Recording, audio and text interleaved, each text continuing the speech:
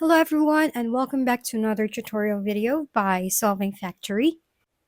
Today I will show you how you can hide tagged posts and photos at once. Don't worry because it's quick and easy.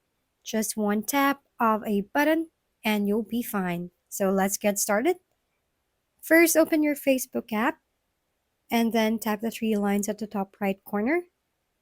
Next, click the gear icon at the top right of your screen.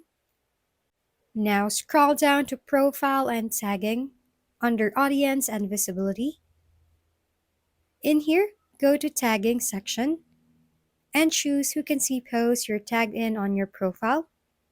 Select Only Me to hide all your tagged posts and photos from everyone else. Solving Factory at your service. Kindly give us a thumbs up, hit subscribe, and leave a comment for your suggestions. We'll see you on the next video.